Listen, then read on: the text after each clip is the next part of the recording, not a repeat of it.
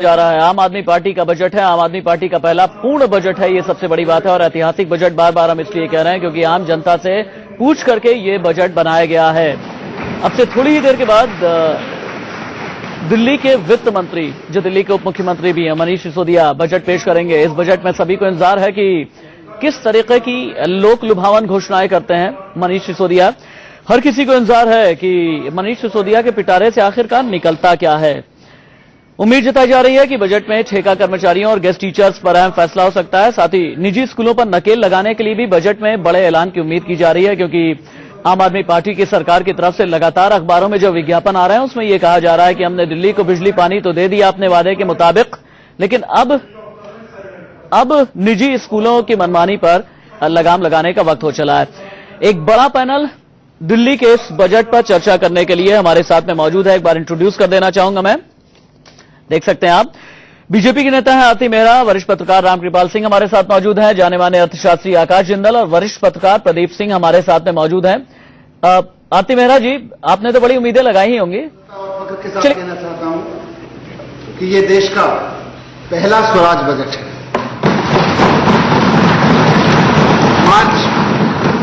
मार्च 2015 में इस सम्मानित सदन से वोट ऑन अकाउंट पास कराते हुए मैंने कहा था कि सरकार 2015-16 का बजट बनाते हुए बहुत सारे पहलुओं पर विचार करके बनाना चाहती है।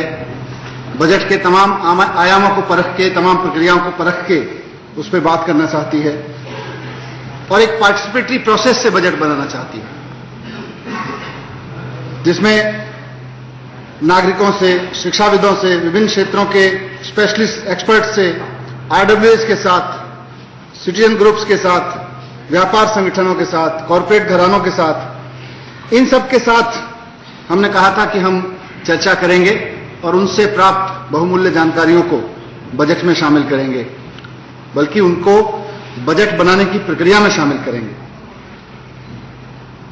हम दिल्ली के नागरिकों को सरकार की इस व्यवस्था में भागीदार समझते हैं। यही हमारे सरकार चलाने की राजनीति है कि दिल्ली का एक एक नागरिक हमारी सरकार का हिस्सा है और वो सरकार चलाने का उतना ही हकदार होना चाहिए, सरकार के डिसीजन मेकिंग का उतना ही हकदार होना चाहिए जितना कि सरकार में काम कर रहा कोई व्यक्ति, चाहे वो मंत्री हो या विधायक, माने कोई अधिकारी हो या अन्य विधायकों जो अधिकार हैं, आम व्यक्ति को वो अधिकार होने चाहिए। और हमने बजट बनाने की प्रक्रिया में उसको वो अधिकार देके एक नई शुरुआत की है।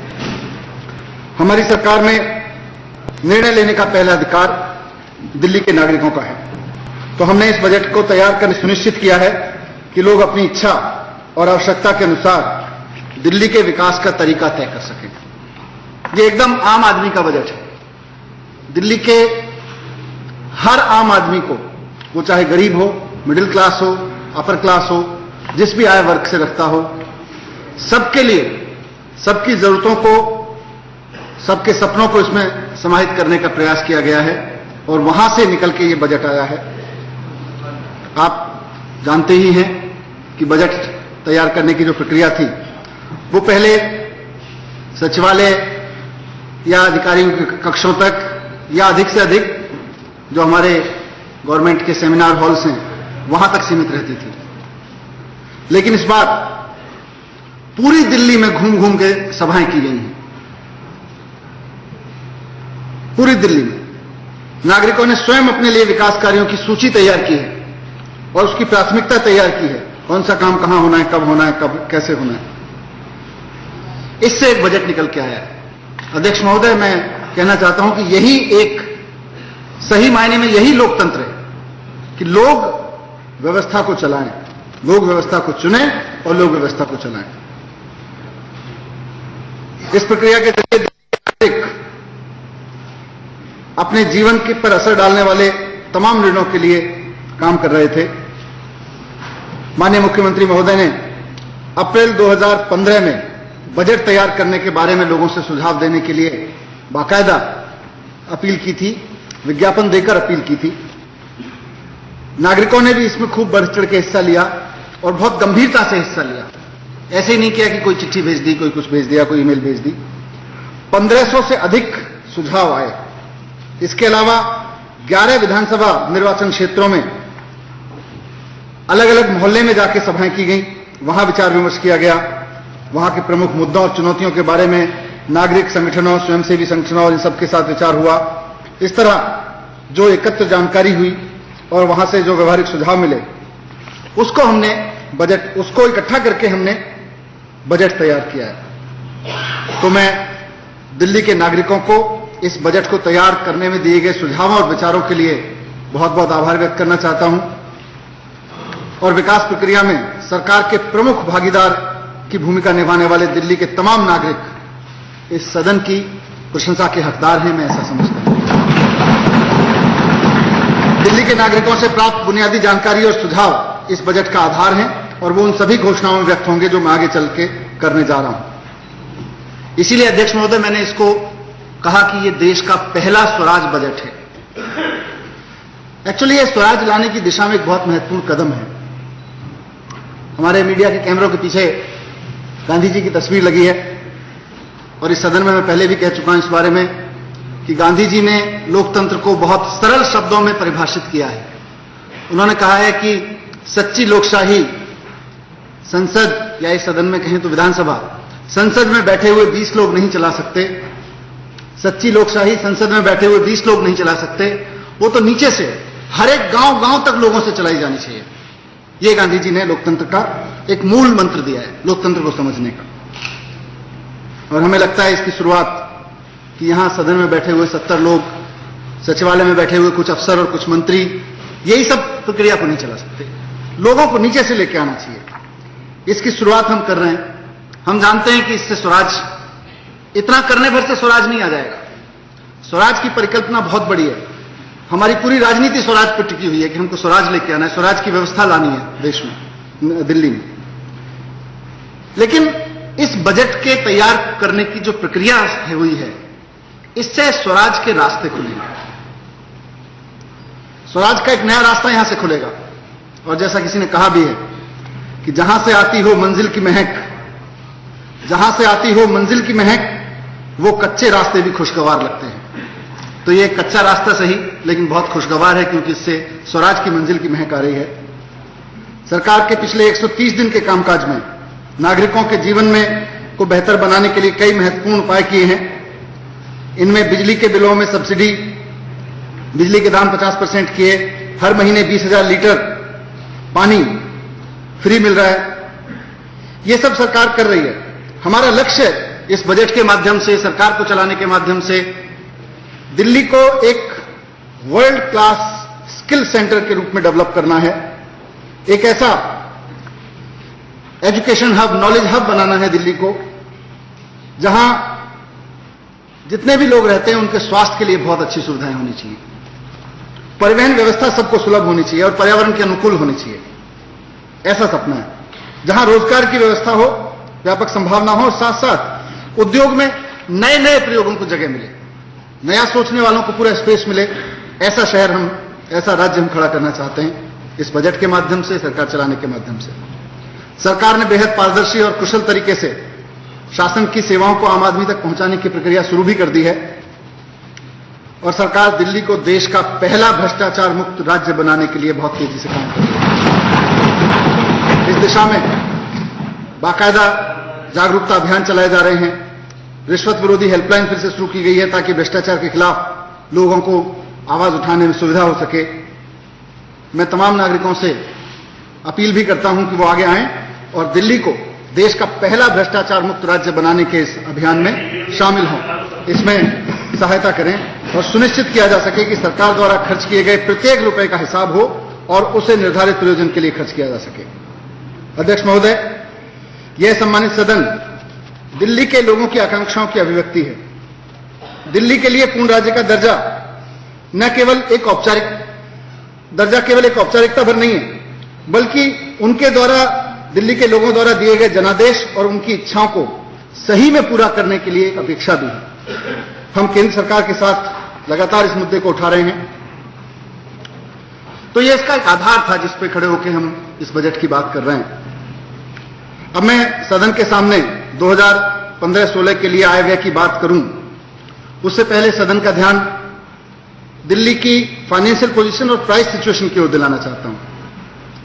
प्राइस सिचुएशन की बात करें तो दिल्ली में महंगाई की दर 2014-15 के दौरान 6.6% थी, जबकि इसकी तुलना में मुंबई में यह 8.3%, कोलकाता में 6.1% और राष्ट्रीय स्तर पर देखें तो 6.4% थी। सरकार आवश्यक वस्तुओं के मूल्यों पर निरंतर निगरानी रख रही है। समय अनुसार बाजार में दखल देके मूल्यों पर नियंत्रण रखने के उपाय किए जाएंगे। दिल्ली सरकार ने पहली बार प्याज और आलू का सुरक्षित भंडार बनाने के लिए फैसला किया है, ताकि इन वस्तुओं की कमी होने पर बाजार में दखल दी जा सके और उनके दाम को काबू में लाया जा सके। इसके साथ साथ लगातार जहां भी होर्डिंग की कोशिश की जा रही है, जहां भी जमाखोरी की कोशिश की जा रही है, वहां भी सख्ती बरती जा रही है। अब मैं थोड़ा सा फाइनेंशियल पोजीशन की बात करूं दिल्ली राज्य की। अध्यक्ष महोदय, 2014-15 के दौरान दिल्ली को लोकतांत्रिक तरीके से चुनी हुई सरकार से विमुख रखा गया, वंचित रखा गया। पूरी की पूरी, लगभग पूरे वर्ष पूरी की पूरी व्यवस्था केंद्र सरकार के अधीन माननीय उपराज्यपाल महोदय के माध्यम से चलाई गई और लोकतांत्रिक सरकार ना होने का असर सीधे सीधे दिल्ली की फाइनेंशियल पोजीशन पे साफ साफ दिखता है। 31 मार्च 2015 को जो फाइनेंशियल ईयर समाप्त हुआ, उसमें वर्तमान मूल्यों के आधार पर राज्य का सकल घरेलू उत्पाद जीएसडीपी 4,51,154 करोड़ रुपए रहा, जिसमें पिछले साल की तुलना में 15.5% की बढ़ोतरी हुई। 2013-14 के दौरान हुई 25,919 करोड़ रुपए की कर वसूली की तुलना में 2014-15 के दौरान यह 26,604 हुई। यह मैं कहना चाहता था, जब लोकतांत्रिक तरीके से चुनी हुई सरकार का अभाव था, दिल्ली को उससे वंचित रखा गया, तो 2013-14 के दौरान तो 25,919 करोड़ रुपए आए। अगले साल 10%, 20% कुछ बढ़ोतरी दिखनी चाहिए थी, बहुत स्पष्ट बढ़ोतरी दिखनी चाहिए थी, लेकिन कुल 26,604 करोड़ रुपए आए। 2014-15 के दौरान वैट की वसूली में 2% की, मात्र 2% की बढ़ोतरी हुई। एक्साइज में 8.59% और मोटर वाहन की कर वसूली में 10.61% की बढ़ोतरी दर्ज हुई। कांस्टेंट प्राइसेस के आधार पर देखें तो दिल्ली की अर्थव्यवस्था में पिछले साल 8.2% की वृद्धि दर्ज हुई, जबकि इस दौरान राष्ट्रीय स्तर पर अर्थव्यवस्था में 7.3% की वृद्धि देखी गई। दिल्ली में राष्ट्रीय स्तर के मुकाबले कहीं ज्यादा अपेक्षा की जाती है। तो ये कुछ और तर्क संगत तथ्य भी हैं जिन्हें मैं दोहराना चाहता हूं, जिनकी चर्चा मैंने लेखानुदान प्रस्तुत करते हुए भी की थी, कि जीएसडीपी के अग्रिम अनुमानों के अनुसार दिल्ली में प्रति व्यक्ति वार्षिक आय 2014-15 में वर्तमान मूल्यों पर 2,40,849 रुपए रही, जो राष्ट्रीय स्तर की प्रति व्यक्ति आय की तुलना में 2.7 गुना अधिक रही। ये बहुत बड़ा डेटा है अध्यक्ष महोदय।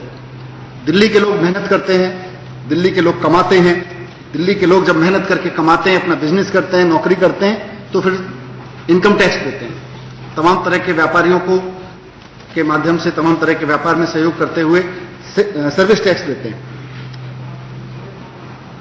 14वें केंद्रीय वित्त आयोग ने केंद्रीय करों में राज्य की हिस्सेदारी 32% से बढ़ा के 42% करने की सिफारिश की। केंद्रीय वित्त आयोग की इस सिफारिश से केंद्रीय वित्त आयोग ने केंद्रीय करों में राज्य की हिस्सेदारी 32% से बढ़ा के 42% करने की सिफारिश की।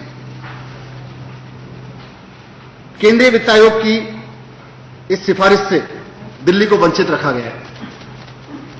दिल्ली सिर्फ यूटी नहीं है, स्टेट विद लेजिस्लेचर है, उसके बावजूद दिल्ली को इससे वंचित रखा गया है। हालांकि यहां विधानसभा है, अलग से कंसोलिडेटेड फंड है, सरकार के सारे लेन देन, वित्तीय लेन देन अपने संसाधनों से हम लोग पूरा करते हैं। अगर ये सिफारिशें दिल्ली पे लागू हो जाएं अध्यक्ष महोदय, तो दिल्ली को बहुत बड़ा फाइनेंशियल लाभ मिलने वाला है, मिलेगा। ये बड़ा अजीब है, क्योंकि इस सारे डायनेमिक्स को समझना जरूरी है। दिल्ली में बजट को समझने से पहले और दिल्ली की फाइनेंशियल पोजीशन को समझने से पहले दिल्ली के लोग, जैसा कि इनकम बढ़ रही है, सर्वे बता रहा है कि इनकम बढ़ रही है, जाहिर सी बात है इनकम बढ़ रही है तो इनकम टैक्स भी बढ़ रहा है। पिछला बार का जो डेटा है उसके हिसाब से 1,30,000 करोड़ का इनकम टैक्स और सर्विस टैक्स दिल्ली के लोगों ने केंद्र सरकार को दिया है। ये बहुत बड़ी राशि है, लेकिन जब दिल्ली को वापस मिलता है तो उसमें से एक पीनट्स मिलता है। सिर्फ 325 करोड़ रुपए केंद्रीय करों के शेयर के रूप में मिलता है दिल्ली। 1,30,000 करोड़ रुपए जो दिल्ली सेल टैक्स और इनकम टैक्स दे रही है, उसमें से महज 325 करोड़ रुपए शेयर के नाम पे, सेंट्रल टैक्सेस में शेयर के नाम पे मिलना, ये पीनट से भी कम है। अब हमारी, तो मैं इस अवसर को इस्तेमाल भी करना चाहूंगा केंद्र सरकार से अपील करने के लिए कि ये दिल्ली के लोगों का पैसा है, दिल्ली के लोगों की मेहनत का पैसा है। हम समझते हैं कि देश के अन्य हिस्सों के लिए भी जिम्मेदारी है, वहां भी खर्च करना है इसको, लेकिन 1,30,000 करोड़ में से अगर हमें 50,000 करोड़ भी दे दिया जाए तो हम दिल्ली में 4 गुना वृद्धि करके दिखा देंगे और कमा के देंगे और मेहनत करेंगे। दिल्ली के लोग खूब मेहनत करते हैं, लेकिन दिल्ली के साथ ये सौतेला व्यवहार जो हो रहा है ये ठीक नहीं है, इसको बदलें। और देखिए, एक तरफ तो इनकम टैक्स, सेल टैक्स पे बैठ जाते हैं, उसका शेयर नहीं देते, ऊपर से जमीन मांगते हैं कि बस स्टॉप बनाना है, हमें डिपो बनाने हैं, हॉस्पिटल बनाने हैं, कॉलेज बनाने हैं, वृद्धाश्रम बनाने हैं, इन सब के लिए जमीन मांगते हैं। तो बोले 10 करोड़ रुपए प्रति एकड़ में ले लो, 4 करोड़ रुपए प्रति एकड़ में ले लो। तो ये अभी आ रहे हैं। ये जो प्रॉब्लम है ये बहुत गंभीर विषय है अध्यक्ष महोदय, इसकी ओर ध्यान दिलाना जरूरी है। लेकिन फिर भी कोई बात नहीं, क्योंकि आज हम बजट पे बात करने बैठे हैं, इस पे हम केंद्र सरकार से भी बात कर रहे हैं और अन्य फोरम पे भी उठा रहे हैं, लेकिन इस फोरम पे बजट के मेन प्रस्तावों पे आने से पहले ये बात मैं आपके संज्ञान में, सदन के संज्ञान में लाना जरूरी समझता था कि ये सौतेला व्यवहार दिल्ली के साथ हो रहा है। हम एक चीज कहना चाहता हूं कि दिल्ली के लोग जैसे मेहनत करके केंद्र सरकार को इतना बड़ा पैसा दे रहे हैं, सेल टैक्स भी दे रहे हैं, एक्साइज भी आ रहा है और तमाम तरह से भी टैक्स आ रहा है, और जितना हो सकेगा, जितना अभी इकट्ठा हो रहा है, हमारा हक है, उसके लिए लड़ते रहेंगे, उसके लिए मांग करेंगे। दिल्ली के लोगों का हक है, कोई खैरात थोड़ी मांग रहे हैं, दिल्ली के हक के लोगों की बात कर रहे हैं। दिल्ली के लोगों की मेहनत की कमाई से पैसे, अगर ये पैसा आएगा तो और कमाएंगे दिल्ली वाले, और सेंट्रल गवर्नमेंट को टैक्स मिलेगा, दिल्ली के इस इकोनॉमिक फाइनेंशियल पोजीशन और स्ट्रांग होगी। लेकिन कोई बात नहीं, हम ये भी जानते हैं कि अभी न रहबर से मिलेगा न रहगुजर से मिलेगा, ये हमारे पांव का कांटा है, ये तो हम ही से निकलेगा। तो इस कांटे को निकालने के लिए अध्यक्ष महोदय, मैं 2015-16 के बजट अनुमान आपके समक्ष प्रस्तुत करता हूं। उसके पहले एक छोटा सा इंफॉर्मेशन 2014-15 में व्यय के बारे में भी आपके समक्ष रख दूं। 2014-15 में 36,766 करोड़ रुपए के बजट अनुमानों को घटाकर संशोधित अनुमान में 34,790 करोड़ रुपए किया गया, क्योंकि जब हमने दिल्ली में सरकार बनाई फरवरी 2015 में, उस वक्त जैसा मैंने कहा 1 साल से सेंट्रल गवर्नमेंट दिल्ली को चला रही थी और लगातार घाटा होता चला जा रहा था। उस वक्त 4,000 करोड़ रुपए के घाटे में चल रही थी दिल्ली की अर्थव्यवस्था। इसलिए आते ही जब हमने पारी किया तो उसमें उसको कम किया गया और 2014-15 में कुल व्यय, अभी अस्थायी लेखा विवरण है, उसके अनुसार 30,940 करोड़ रुपए किया जा सका। इसमें 13,984 करोड़ रुपए योजना व्यय और 16,956 करोड़ रुपए गैर योजना व्यय शामिल है। अब अध्यक्ष महोदय, मैं आपके समक्ष 2015-16 के बजट अनुमान रखता हूं। मैंने चालू वित्त वर्ष के दौरान के लिए लेखानुदान की मंजूरी प्राप्त करते समय 2015-16 के लिए प्राप्तियों और व्यय के अनुमान प्रस्तुत किए थे। उसके बाद हमने सुझाव मांगे और इन सब चीजों को पढ़ के, सुझावों को पढ़ के, जनता की मांग को पढ़ के पूरी समीक्षा की, जनता की आवश्यकता की समीक्षा हुई और इससे चालू वित्त वर्ष के लिए हमें लगा कि बजट के आकार को बढ़ाना जरूरी है। तो 2015-16 के लिए कुल बजट अनुमान 41,129 करोड़ रुपए प्रस्तावित है, जबकि लेखानुदान में 37,750 करोड़ रुपए अनुमोदित किए गए थे।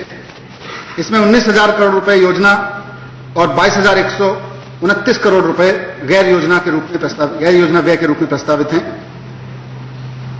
योजना बजट के रूप में प्रस्तावित 19,000 करोड़ रुपए 2014-15 के दौरान किए गए 16,350 करोड़ रुपए के संशोधित अनुमान से 16% अधिक हैं।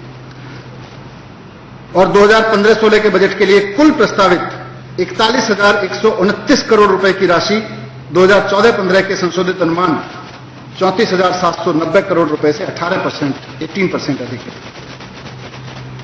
हमने 2015-16 में कुल अनुमानित प्राप्तियां 41,500 करोड़ की आंकी है अध्यक्ष महोदय, जो लेखानुदान में स्वीकृत 37,769 करोड़ रुपए और 3,731 इससे 3,731 करोड़ रुपए अधिक हैं। प्राप्तियों और व्यय के प्रस्तावित अनुमानों में 371 करोड़ रुपए हम सरप्लस में रखने का प्रस्ताव रखते हैं। ये जो 41,129 करोड़ रुपए है कुल प्रस्तावित व्यय, इसकी व्यवस्था में मुख्य रूप से 34,661 करोड़ रुपए स्वयं के कर राजस्व से हमारा जुटाने का प्रस्ताव है, जबकि 1,127 करोड़ रुपए गैर कर राजस्व से, 381 करोड़ रुपए पूंजी प्राप्तियों से, 1,038 करोड़ रुपए लघु बचत ऋण से, 807 करोड़ रुपए सीएसटी वैट के बदले क्षतिपूर्ति से, 800 करोड़ रुपए केंद्र प्रायोजित योजनाओं से, 395 करोड़ रुपए सामान्य केंद्रीय सहायता और 161 करोड़ रुपए बाहरी सहायता परियोजनाओं से, और जो मैंने कहा 325 करोड़ रुपए केंद्रीय करों में हिस्सेदारी के रूप में जुटाए गए हैं।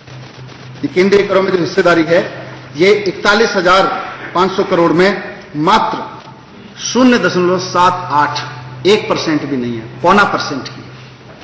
ये बहुत गौर करने वाली बात है। केंद्रीय शुल्क और करों में जो मैंने बताया उसमें से सिर्फ 325 करोड़ रुपए हमें मिल रहे हैं और 2001 से मिल रहे हैं, 14 साल से मिलते चले आ रहे हैं। इसलिए भारत सरकार का जो 32% से बढ़ा के 42% करने का फॉर्मूला था, उससे दिल्ली को कोई फायदा नहीं हुआ। प्रस्तावित व्यय में अब देखिए 41,129 करोड़ रुपए में से हम इसको कहां लेके जा रहे हैं। इसमें से 5,908 करोड़ रुपए की राशि स्थानीय निकायों के लिए आवंटित की गई है। ये 14.4% है अध्यक्ष महोदय, 5,908 करोड़ रुपए की राशि। इसी के साथ साथ अब देखिए 41,129 करोड़ में से 5,908 करोड़ रुपए 14.4% नगर निगम के लिए, स्थानीय निकायों के लिए। इसी के साथ साथ 4,993 करोड़ रुपए यानी लगभग 12% भारत सरकार से पूर्व में लिए गए कर्ज के ब्याज और मूलधन की अदायगी के रूप में दिए जा रहे हैं। तो 14.4% नगर निगम को, 12% सेंट्रल गवर्नमेंट को वापस देने हैं, जो कि पिछली सरकारों ने कर्ज ले रखा है। 1,084 करोड़ रुपए डीटीसी के घाटे की पूर्ति के रूप में दिए जाने हैं और 1,690 करोड़ रुपए दिल्ली के लोगों के लिए, क्योंकि ये दिल्ली की जनता का पैसा है, दिल्ली के लोगों के लिए सस्ता बिजली और सस्ता पानी उपलब्ध कराने के लिए सब्सिडी के रूप में। इससे 90% दिल्ली के लोगों को फायदा मिलता है। अध्यक्ष जी, मैंने स्थानीय निकायों की वित्तीय सहायता की बात की। हमारी सरकार स्थानीय निकायों को वित्तीय सहायता प्रदान कर रही है, करती आ रही है और आगे भी कर रही है। स्थानीय निकायों को 2015-16 में जैसा मैंने बताया 5,908 करोड़ रुपए प्रस्तावित किए गए हैं। इसके अतिरिक्त उत्तर पूर्वी नगर निगम की कमजोर स्थिति को देखते हुए जो ऋण हैं उनके पुनर्भुगतान हमने स्थगित करने का प्रस्ताव रखा है आपके समक्ष, ताकि वे अपनी स्थिति में सुधार कर सके, क्योंकि पूर्वी नगर निगम और उत्तरी नगर निगम की स्थिति, आर्थिक स्थिति हम भी जानते हैं अच्छी नहीं है। इसलिए तो यहां कंट्राडिक्शन है कि एक तरफ सेंट्रल गवर्नमेंट के हमारे ऊपर टैक्सेस हैं, लोन हैं, वो लगातार वसूले जा रहे हैं। इधर जब नगर निगम को लोन, नगर निगम के ऊपर जो लोन है, हम समझते हैं इस चीज को, गंभीरता को समझते हैं, इसलिए हमने तय किया है कि इसका पुनर्भुगतान अभी हम स्थगित कर रहे हैं ताकि वो अपनी स्थिति में सुधार हो। हम 2015-16 के निगमों के बकाया ऋण के मूलधन और ब्याज की वसूली उन्हें दिए जाने के अनुदानों से करने की पिछली सरकार द्वारा जो अपनाई गई पद्धति थी उसका अनुसरण नहीं करेंगे। पहले लगातार चलती रहती थी और ये पहली बार हम ऐसा कर रहे हैं। 41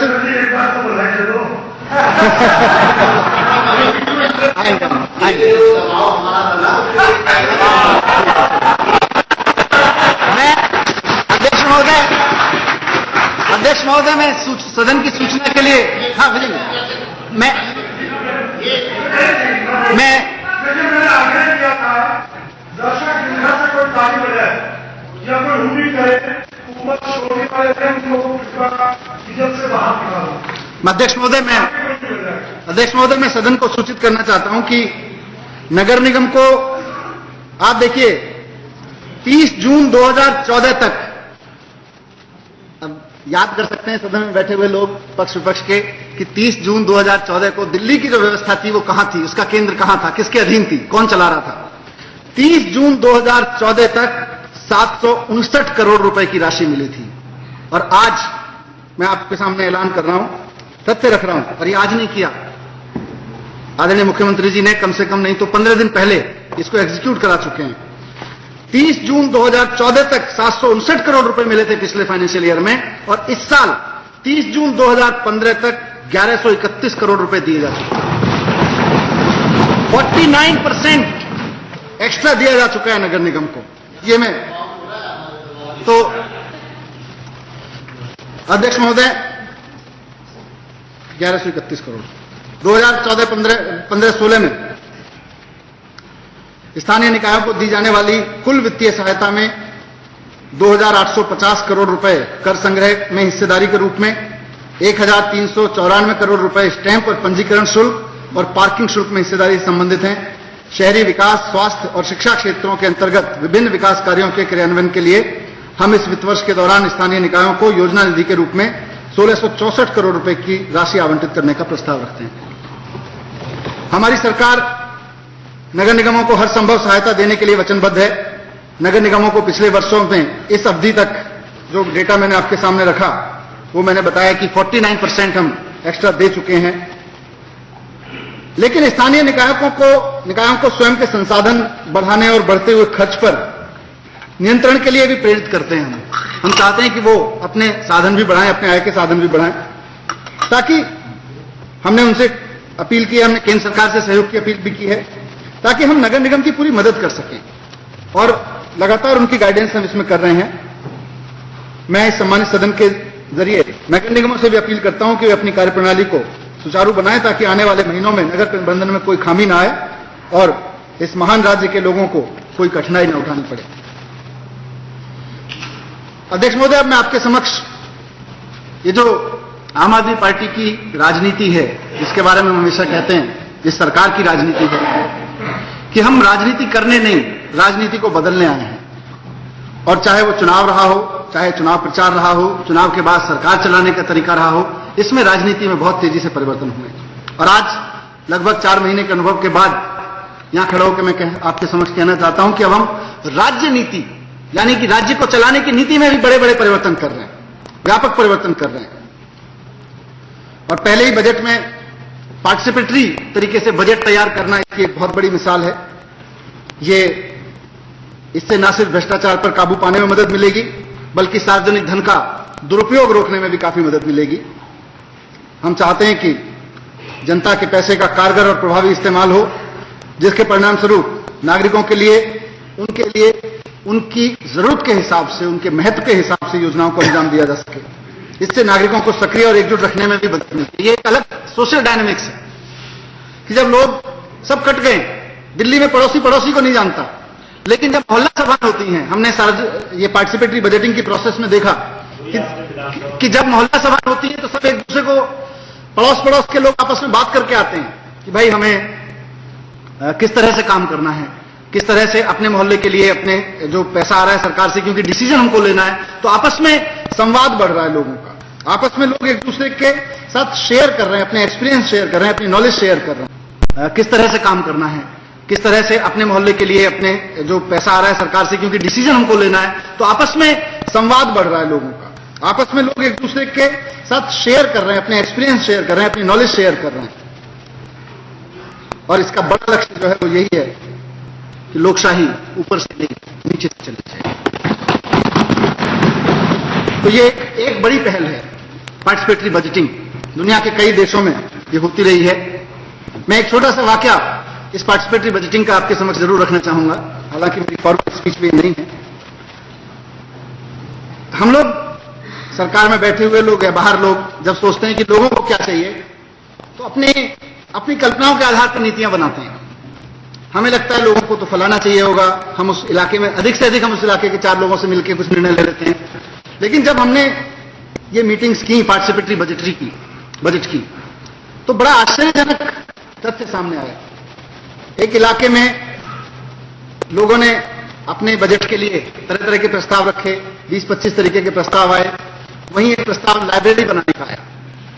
अब सामान्यतः दिल्ली में जब बजट बनता है, दिल्ली में योजनाएं बनती हैं, तो लाइब्रेरी स्थानीय स्तर पे मोहल्ले के लोग लाइब्रेरी के लिए वोट करेंगे, ये कल्पना में नहीं आता लोगों को, या उनकी प्रायोरिटी में होगी।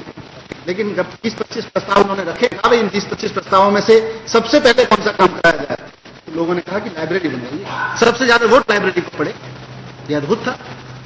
मैं सोच रहा था लोग सड़क मांगेंगे, मैंने सोचा लोग सीवर रिपेयर मांगेंगे, मैंने सोचा पानी की बात करेंगे, उन्होंने कहा हमें लाइब्रेरी की थी। अच्छी बात है, जनता का पैसा है, जनता के हिसाब से खर्च हो, हमें क्या दिक्कत है, हमारा काम यही है, यही स्वराज है। तो हमने फैसला किया। एक और घटना घटी एक सभा में, वहां पे हमने जो पेंशन दी जाती है इसका भी प्रस्ताव रखा, भाई इसमें से किसी को पेंशन देनी है। तो पेंशन मांगने एक महिला उठ के खड़ी हुई कि मुझे ओल्ड एज पेंशन मिलनी चाहिए। अब वो जैसी ओल्ड एज पेंशन लेने वाली वो महिला खड़ी हुई, तब तक उसी के मोहल्ले से कोई दूसरी महिला खड़ी होने लगी, बोली नहीं नहीं इनको पेंशन नहीं मिलनी चाहिए, ये तो इनकी तो बेटी सरकारी नौकरी है। जो ओल्ड एज पेंशन, वृद्धावस्था पेंशन गरीबतम लोगों के लिए बनी हुई है, उनमें बंद कमरों में बैठ के फैसले होते हैं, तो वो पता नहीं किस किस को पड़ जाती है। तो नहीं करते। लेकिन जब जनता ने तय किया तो ईमानदारी से गरीब लोगों को पेंशन मिलनी शुरू हुई। और जो नाजायज तरीके से सक्षम लोग पेंशन पे डाका डाल के बैठ जाते थे, नेताओं से अपनी नजदीकी की वजह से, भ्रष्टाचार की वजह से, तो उन्होंने बाकायदा इसको परिवर्तन किया। यहां परिवर्तन हुए, लोगों ने साफ गोई से रखा कि नहीं साहब इसको पेंशन नहीं मिलनी चाहिए, डिजर्विंग कैंडिडेट और है उसको मिलनी चाहिए, तो उसके बारे में पेंशन चाहिए। तो ये बड़ी अद्भुत घटना। तो ये पार्टिसिपेटरी बजटिंग के मैं फायदे गिनाने के लिए 2-3 एग्जाम्पल दे रहा था। अध्यक्ष महोदय, एक और पहल हम लोगों ने की है इस बार। इसी क्रम में एक स्वराज निधि, स्वराज फंड स्थापना कर रहे हैं। स्वराज फंड का इसका प्रस्ताव है। इसके जरिए नागरिक अपने क्षेत्र में विकास के लिए प्राथमिकता के अनुसार स्वयं चुने हुए कार्यक्रमों को लागू कर सकेंगे। और मैं स्वराज निधि के कार्यक्रम के लिए 253 करोड़ रुपए बजट के आवंटन का प्रस्ताव रखता हूं। ये स्वराज निधि है क्या? वैसे तो इस बजट में शामिल पूरी की पूरी राशि जनता की राशि है, लेकिन स्वराज निधि वाकई जनता की डिस्पोजल पर दी गई राशि, जनता तय करेगी कि वो कहां खर्च होना है। यह हिंदुस्तान के इतिहास में एक अभूतपूर्व प्रयोग है स्वराज निधि। भारत के संविधान में 73वें 74वें संशोधन में इसकी परिकल्पना की गई थी। और अगर देखें थोड़ा बहुत ग्राम पंचायतों में, ग्राम सभाओं के माध्यम से इसकी कुछ कागजी व्यवस्था भी की गई, लेकिन कागजी रह गई वो, वहां भी बल में नहीं आ पाई। सही मायने में अगर लोकतंत्र स्थापित करना है तो व्यवस्था के, हमारे सरकार के सिस्टम के फंड्स, फंक्शंस और फंक्शनरीज, इन तीनों पे हर पल हर क्षण जनता का नियंत्रण रहना जरूरी है। और मैं पूरे विश्वास के साथ कह सकता हूं कि स्वराज निधि की स्थापना देश में सच्ची लोकशाही की स्थापना की दिशा में एक मील का पत्थर साबित होगी। स्वराज निधि के तहत आने वाले वर्षों में दिल्ली के सभी 70 विधानसभा क्षेत्रों में एक निश्चित राशि आवंटित की जाएगी और हर विधानसभा क्षेत्र में अलग अलग मोहल्ले में बैठ के, मोहल्ला बैठकों में जनता तय करेगी कि उसका अपना पैसा है, उसको किस जरूरत के, किस काम में, कब, कहां, कैसे इस्तेमाल करना है, कौन सा काम पहले होना है, कौन सा काम बाद में होना है, सब जनता तय करेगी मोहल्ले में। एक और बड़ी चीज है कि एक बार अगर काम हो जाए तो ठेकेदार का पेमेंट तब किया जाएगा जब जनता कह देगी कि काम ठीक हो गया, नहीं तो ठेकेदार को पेमेंट नहीं किया जाएगा। जब जनता उस काम के प्रति अपनी संतुष्टि जाहिर कर देगी तब किया जाएगा पेमेंट। लेकिन जैसा मैंने कहा कि ये देश में पहली बार हो रहा है, तो इसके लिए कुछ परंपराएं शुरू करनी पड़ेंगी। तो हमारा मकसद, जैसा मैंने कहा, 70 विधानसभाओं में इसे शुरू करना है, लेकिन शुरुआत में पहले वर्ष में हम 11 विधानसभाओं में मोहल्ला बैठकों से करके जनता की डिमांड से बजट लेके आए हैं। हर एक विधानसभा को करीब 40 से 50 मोहल्लों में बांट के वहां रहने वाले मतदाताओं की वोटिंग कराई गई, बैठकें कराई गई और इन बैठकों में स्वयं जनता ने वोटिंग के जरिए अपनी डिमांड्स बताई, उन डिमांड्स की प्रायोरिटीज तय करी और इन डिमांड्स को पूरा करने के लिए प्रत्येक विधानसभा को स्वराज निधि के तहत 20-20 करोड़ रुपए आवंटित करने का प्रस्ताव है। वहां जनता की डिमांड पर 20-20 करोड़ रुपए खर्च होंगे। दिल्ली में रखरखाव निर्माण पूरी दिल्ली में एक और अध्यक्ष महोदय नहीं, 11 विधानसभाओं के लिए अगले बार से फिर आगे से 70 की 70 में करेंगे। एक बार पायलट कर लें ये सीखने के लिए, इसीलिए मैंने कहा कि परंपराएं हैं। अध्यक्ष महोदय, एक और बड़ा चेंज हम इस सिस्टम में कर रहे हैं कि अभी तक दिल्ली में अगर मेंटेनेंस का काम कराना हो, कोई डेवलपमेंट का काम कराना हो, कोई पॉलिसी का इंप्लीमेंटेशन कराना हो, कंस्ट्रक्शन से संबंधित हो छोटा मोटा या मेंटेनेंस से संबंधित हो, तो इसको लेके काफी कंफ्यूजन है। और यहां बैठे हुए मुझे लगता है तमाम एमएलएज इस बात के गवाह होंगे कि कौन सा काम, माने जैसे कोई सड़क ठीक करानी है, नाली ठीक करानी है, पार्क में कोई काम कराना है, स्ट्रीट लाइट लगवानी है, तो पीडब्ल्यूडी से लेके और नगर निगम तक सबके पास जिम्मेदारी है, बटे हुए हैं। आप स्वयं भी एक विधानसभा क्षेत्र से एमएलए हैं, आप पहले भी रहे हैं, आपने भी ये मल्टीप्लिसिटी को झेला होगा। अब मुझे आश्चर्य होता है कि एक डिपार्टमेंट है हमारी सरकार में, फ्लड कंट्रोल, फ्लड रिलीफ का काम करता है, बड़े बड़े नालों की सफाई का काम उसके जिम्मे है, इरिगेशन का, फ्लड का, लेकिन उसको काम दे रखा है कि इर्रेगुलर कॉलोनीज की छोटी छोटी 10-10, 20-20 मीटर की नालियां भी तुम बनाओगे। कहां उसको दिल्ली के तमाम बड़े बड़े नाले साफ करने थे। अब कहां वो बेचारा उसके इंजीनियर को इर्रेगुलर कॉलोनीज की, जिन्हें हम अनऑथराइज्ड कॉलोनी भी कहते हैं, उनकी नालियां बनाने का काम दे रखा है। ये तो बड़ा आश्चर्य है, बड़ा कंट्राडिक्शन है। और यही कार्य कहीं पीडब्ल्यूडी के हिस्से है, कहीं डीएसआईडी के हिस्से है, कहीं नगर निगम के हिस्से है। तो ऐसे में मैंने कहा कि आम नागरिक की बात तो छोड़िए, मैंने तो देखा है एक एमएलए के लिए मुश्किल है कि यहां कैसे काम कराएं, कौन सी एजेंसी से कराएं, कौन सी एजेंसी यहां काम करेगी, किस कॉलोनी के लिए किस एजेंसी से संपर्क करें। तो ये भ्रम एक तरफ तो व्यवस्था को बढ़ावा दे रहा है और दूसरी तरफ भ्रष्टाचार को बढ़ावा दे रहा है। इसलिए सरकार ने तय किया है कि रखरखाव और निर्माण आदि संबंधित कार्यों के लिए प्रत्येक जिले में रूडा, हर एक जिले में दिल्ली नगर विकास agency, Delhi district urban development agency नाम की एक एजेंसी स्थापित की जाएगी। इस एजेंसी के, और कहीं किसी विभाग में अधिक इंजीनियर्स हैं तो वहां उनको ट्रांसफर करके उस पर्टिकुलर काम में लगाया जाएगा। इस एजेंसी के माध्यम से स्वराज निधि, विधायक चाहें तो विधायक निधि, ये तमाम योजनाओं के अंतर्गत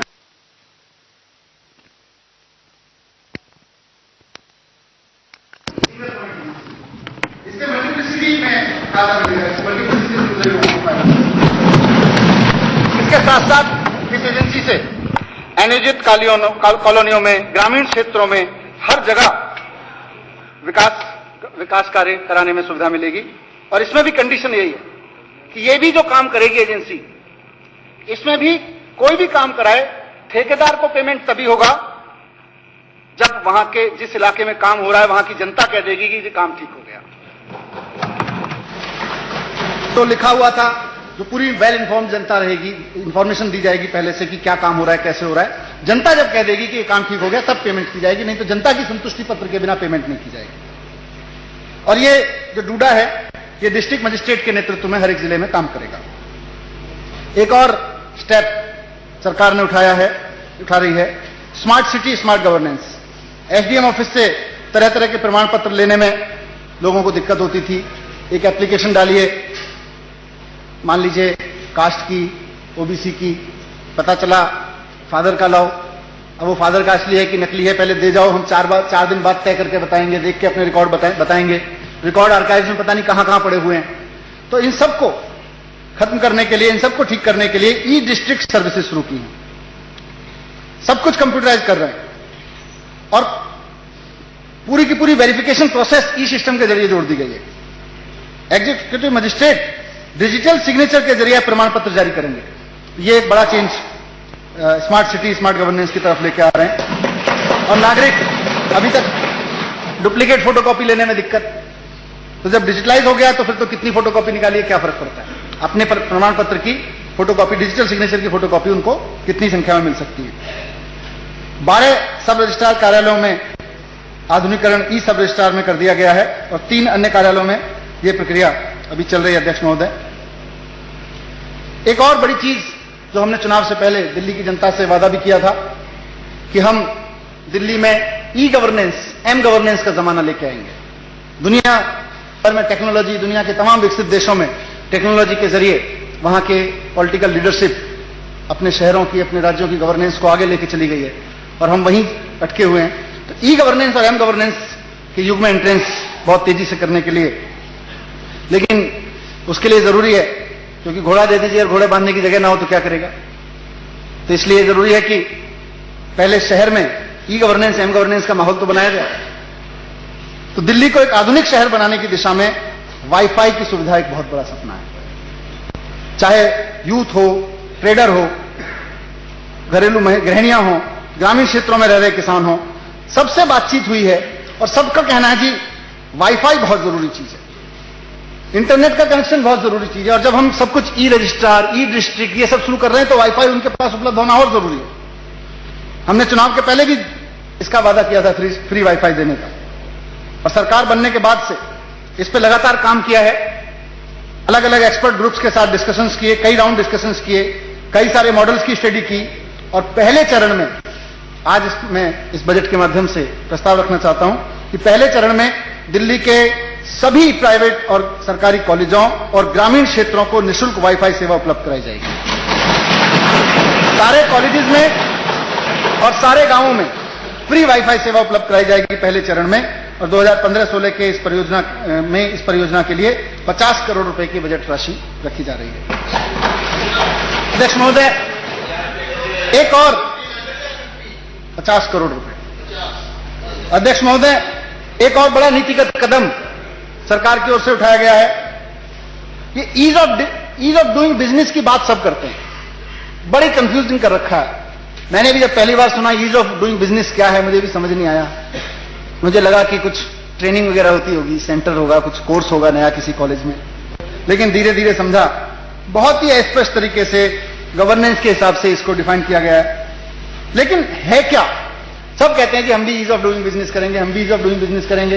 बिजनेस करने चलो तो कम से कम 50 जगह फाइल घूमती है, किस जगह रिश्वत देनी पड़ती है, किस जगह सिफारिश लगानी पड़ती है, किस जगह इंतजार करना पड़ता है, कुछ नहीं पता। यह सरकार ईज ऑफ डूइंग बिजनेस की रूपरेखा को, उसके उद्देश्यों को बहुत अच्छे से समझती है, और इसलिए हमने इसकी शुरुआत की है कि दिल्ली में किसी व्यक्ति को कितने भी तरह के लाइसेंस लेने पड़ते हैं, उनकी सबकी समीक्षा की जाए।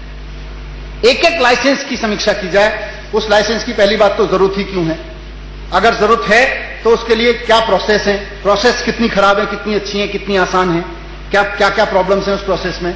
और फिर एक बार किसी को लाइसेंस मिल भी गया तो अगले साल रिन्यूअल, हर साल रिन्यूअल। अरे एक आदमी ने रेस्टोरेंट खोल लिया, हर साल रिन्यूअल कराएगा, हर साल पैसे देगा, हर साल रिश्वत देगा। तो उन सब चीजों से कैसे निकाला जाए, कैसे सारी की सारी चीजों को सिंगल विंडो क्लियरेंस सिस्टम में लगाया जाए, इसको लेके सरकार ने एक हाई पावर कमेटी बनाई है अपने बहुत सीनियर ऑफिसर्स, विजनरी ऑफिसर्स के नेतृत्व में, और वो जुलाई के एंड तक रिपोर्ट देगी। और उसके बाद सही मायने में इजी ऑफ डूइंग बिजनेस जो है वो शुरू होगा यहां पे। क्योंकि हम जब दिल्ली में व्यापार का माहौल बनाएंगे, ईज ऑफ डूइंग बिजनेस का माहौल बनाएंगे, तभी तो मैं इस सदन के माध्यम और मैं कहना चाहता हूं देश के तमाम व्यापारियों से, तमाम ट्रेडर्स से, तमाम नौजवानों से जो बिजनेस करना चाहते हैं, ट्रेडिंग करना चाहते हैं, व्यापार में उतरना चाहते हैं, कि आइए, दिल्ली आपका स्वागत करना चाहती है, ईमानदार दिल्ली आपका स्वागत करना चाहती है। आइए अपना व्यापार करिए। सबसे इजी, देश में सबसे इजी व्यापार करना, व्यापार का लाइसेंस लेना, व्यापार के सिस्टम्स को सरकार के साथ डील करना सबसे इजी हम बनाएंगे यहां पे, जिसके लिए हम संकल्प लेते हैं। एक और पहल कि देश में सबसे इजी व्यापार करना, व्यापार का लाइसेंस लेना, व्यापार के सिस्टम्स को सरकार के साथ डील करना सबसे इजी हम बनाएंगे यहां पे, जिसके लिए हम संकल्प लेते हैं। एक और पहल हमने पिछले 4 महीने में देखा, बहुत सारे देश विदेश के लोग मुख्यमंत्री जी से मिलने, मंत्रियों से मिलने, डेलीगेट्स के रूप में, विजिटर के रूप में वहां आते हैं, डिस्कस करते हैं, टेक्निकल रिप्रेजेंटेशन लेके आते हैं। वो सारा खो जाता है मतलब वो बस फाइलों में रख गया, हो गया, डिस्कशन हुआ, उसके आगे क्या? हमारे भी बहुत सारे लोग विदेश जाते हैं, मैंने भी पिछले रिकॉर्ड्स भी देखे, मैं पिछले साल का जब बजट पढ़ रहा था और कई सालों का पढ़ा, खूब विदेश यात्राओं पे पैसा खर्च हुआ है। फिर क्या हुआ? तो हमने तय किया कि ये अधूरापन नहीं होना चाहिए, जाना आना लगा रहना चाहिए, लेकिन साथ साथ उसकी यूटिलिटी होनी चाहिए कुछ। तो इसके लिए एक सेल हम लोग बना रहे हैं दिल्ली सरकार में कि जितने भी लोग मिलने आ रहे हैं उनके क्या प्रपोजल थे, उनके साथ क्या ऑफर्स थे, उनके साथ क्या डिस्कशन हुए, उसको आगे कैसे बढ़ाया जाएगा। जो हमारे लोग वहां गए, यहां तक कि विदेशी ट्रेनिंग्स पे भी ऑफिसर्स जाते हैं, वहां भी बहुत लोग मिलते हैं, वहां से क्या कनेक्शंस बने, उन सब के बेस पे क्या लर्निंग हो सकती है, क्या शेयरिंग हो सकती है, कैसे एक्सचेंज हो सकता है, ये सब चीजों के लिए वित्त जो हमारा फाइनेंस एंड प्लानिंग डिपार्टमेंट है उसमें एक सेल स्थापित कर रहे हैं। और यह विदेशों से संबंध, टेक्नोलॉजी के लिए, सॉल्यूशंस के लिए, आइडियाज के लिए, इन सब में नोडल एजेंसी के रूप में काम करेगा, इन्वेस्टमेंट के लिए, इन सब में। अध्यक्ष महोदय, अब मैं अपनी सरकार के एक और बहुत महत्वपूर्ण कार्यक्रम की तरफ सदन का ध्यान आकर्षित करना चाहता हूं इन प्रस्तावों में। शिक्षा हमारी सरकार की सबसे बड़ी प्राथमिकता है। हमारा मानना है कि कोई भी समाज अगर विकास और समृद्धि की तरफ ले जाना है उस समाज को, तो उसकी पहली सीढ़ी शिक्षा है। और यह इतिहास बताता है कि जब जब कोई समाज शिक्षा की पीढ़ी पे, शिक्षा की सीढ़ी पे पैर रखे बगैर विकास की तरफ भागा, नई नई टेक्नोलॉजीज की तरफ भागा, तो उसकी खुशहाली अंततः खोखली साबित हुई। ये इतिहास हमें बताता है, दुनिया के देशों में हमने देखा है। इसलिए हमारी सरकार राज्य के नागरिकों का सुनहरा भविष्य लिखने के लिए एक ऐतिहासिक शुरुआत करने का प्रस्ताव रख रही है सदन के समक्ष। मैं शिक्षा क्षेत्र के लिए वित्त वर्ष 2015-16 के लिए 9,836 करोड़ रुपए का कुल व्यय प्रस्तावित करता हूं। इसमें 4,570 करोड़ रुपए योजना व्यय के लिए रखे गए हैं। ये पिछले वित्त वर्ष के 2,219 करोड़ रुपए के योजना व्यय से 106% यानी कि दोगुने से भी ज्यादा है। इस तरह, जैसा मैंने कहा, इस तरह अध्यक्ष महोदय, मैं आपका ध्यान, सदन का ध्यान दिलाना चाहता हूं कि शायद देश में पहली बार कोई सरकार बजट को 106, शिक्षा के बजट को 106% आगे बढ़ा रही है। 106%, दुगने से भी ज्यादा बढ़ा रही है। ये शिक्षा के बजट को दुगने से ज्यादा बढ़ाना, 106% बढ़ाना अपने आप में इस बात का प्रमाण है कि हम शिक्षा को लेके कितने गंभीर हैं। समाज को खड़ा करने की, विकसित करने की, खुशहाल बनाने की पहली सीढ़ी को लेके हम कितने गंभीर हैं, ये इस बात का। और मैं इसको व्यय के रूप में नहीं कहता, क्योंकि बजट है, बजट की अपनी भाषा है, व्यय उसका एक हेडिंग है, तो व्यय में मुझे रखना पड़ रहा है, लेकिन मुझे पीड़ा हुई है रखते हुए, व्यक्तिगत रूप से मुझे पीड़ा हुई। मैंने अपने फाइनेंस सेक्रेटरी साहब से डिस्कस किया कि ये व्यय नहीं है, ये तो निवेश है, देश के भविष्य में निवेश है।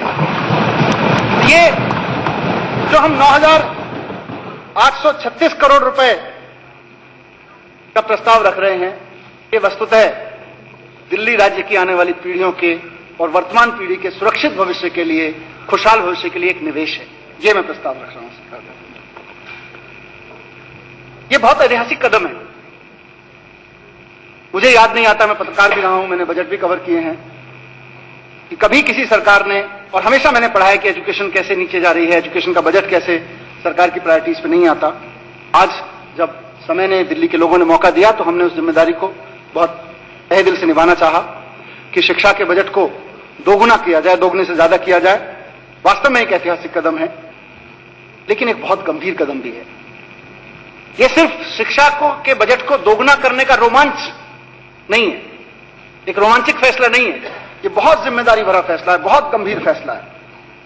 इस 9,000 करोड़, 10,000 करोड़ की पाई का खर्चा हम जिम्मेदारी से करना चाहते हैं, और ये कितना बड़ा काम है इसका हमको एहसास है। इसके लिए पूरी योजना, स्कूल एजुकेशन से लेके और हायर एजुकेशन तक की, पूरे कहां रिफॉर्म होने हैं, कहां इंस्टीट्यूशंस को मजबूत करना है, कहां टीचर्स को मजबूत करना है, इसकी पूरी योजना हमने बना के रखी हुई है। और इन योजनाओं को समराइज करें तो इसके 2 लक्ष्य हैं। पहला है कि आने वाले कुछ वर्षों में दिल्ली को पूर्ण साक्षर राज्य बनाना। इस बजट के माध्यम से, इस निवेश के माध्यम से हम दिल्ली को आने वाले वर्षों में पूर्ण साक्षर राज्य बनाएंगे। और दूसरा है शिक्षा को जीवन के लिए उपयोगी बनाना। अभी 20 साल की शिक्षा के दौरान छात्र में स्किल आए, उसके साथ साथ वैल्यूज भी आए, इस तरफ लेके चलना। स्किल भी आए, उसकी लर्निंग भी हो, अर्निंग के लिए हो, लेकिन साथ साथ समाज में रहने के लिए उसके अंदर वैल्यूज भी हो। दोनों चीजें हम करना चाहते हैं। तो एक तरफ दिल्ली को साक्षर राज्य बनाना, 100% लिटरेट स्टेट बनाना, और दूसरी तरफ education with values, skill and value, दोनों पर ध्यान देना। इसके लिए बाकायदा योजनाएं हैं, मैं कुछ योजनाओं को आपके समक्ष रखता हूं। सरकारी स्कूलों में सीखने सिखाने का माहौल बनाने के लिए, उपयोगी उनको बनाने के लिए, अध्यापकों को सुविधा देने के लिए, सम्मान देने के लिए कई स्तर पे हम लोगों ने काम शुरू किया है, सरकार ने काम करना शुरू किया।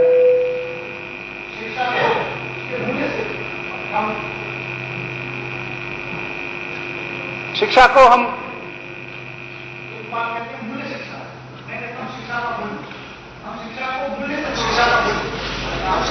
मूल्य से जोड़ के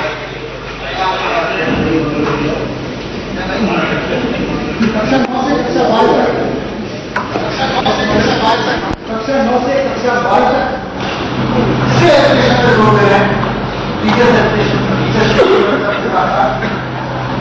दिल्ली के सभी 1011